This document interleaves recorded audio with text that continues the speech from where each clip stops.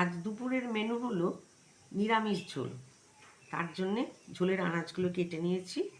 এখানে আছে পটল, পেঁপে, কাঁচকলা, বরবটি, আলু, কাঁঠাল দানা আর বিউলির ডালের বড়ি। ফোড়নের জন্য নিয়েছি তেজপাতা, শুকনো লঙ্কা দুটো, জিরে আর একটু হিং নিয়েছি, কারণ বিউলির ডালের বড়ি দেওয়া হচ্ছে তো সেই কারণে ভালো গন্ধ হবে। আর বাটনা নিয়েছি ধনে, জিরে, মরিচ আর একটা লঙ্কা দিয়ে একসঙ্গে বেটে। কড়াইয়ে তেল দিয়েছি, তেলটা গরম হলে প্রথমেই বড়িগুলো আগে ভেজে নেব। গরম করবো না, কারণ বড়িগুলো তাহলে পুড়ে যাবে। আনাজগুলো ভেজে নেব। প্রথমে পটলটা একটু লাল করে ভেজে নিতে হবে।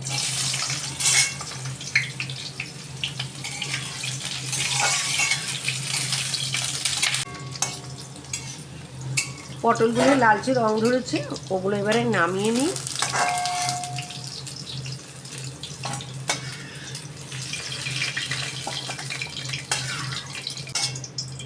এবারে কাঁচকলাগুলো দেব।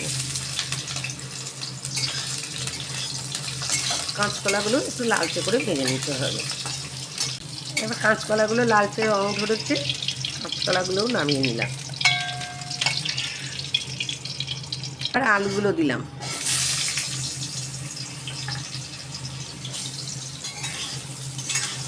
এবারে বরবটিগুলো দিয়ে দিলাম ওর মধ্যেই, কারণ এগুলো বেশি নাড়তে হবে না, অল্প করে। পেঁপেগুলোও দিয়ে দিলাম।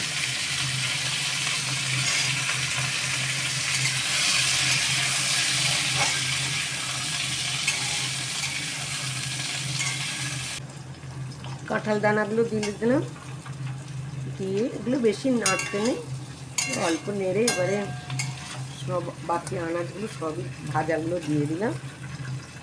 দিয়ে এবারে বাটনাটা দিয়ে কষে নেব। বাটি ধোয়া জলটাও একটু দিয়ে দেবো। হলুদটা দিয়ে দিলাম, নুন দিলাম,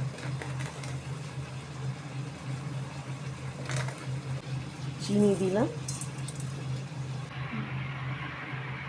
বাটনাটা কষা হয়ে গেছে। এবারে আগে থেকে গরম করে রাখা জল ঢেলে দিলাম। জলটা গরম দেওয়ার কারণ হচ্ছে, এতে যে কোনো তরকারিতে গরম জল দিলে স্বাদটা বেশি হয়। এবার ঢাকাটা দিয়ে দিই। এবারে সেদ্ধ হতে দিলাম।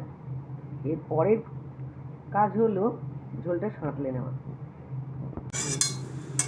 এবার ঝোলটা ঢেলে নিয়েছি। ঝোলটা সাঁতলানোর পালা।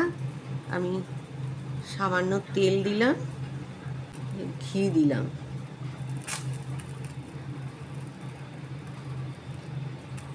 গরম হয়ে গেলে এবার ফোড়নটা দেব।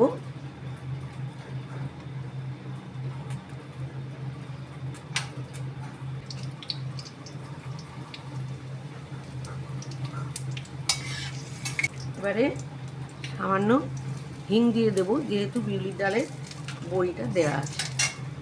দিয়ে ঝোলটা ওর মধ্যে ঢেলে দিলাম।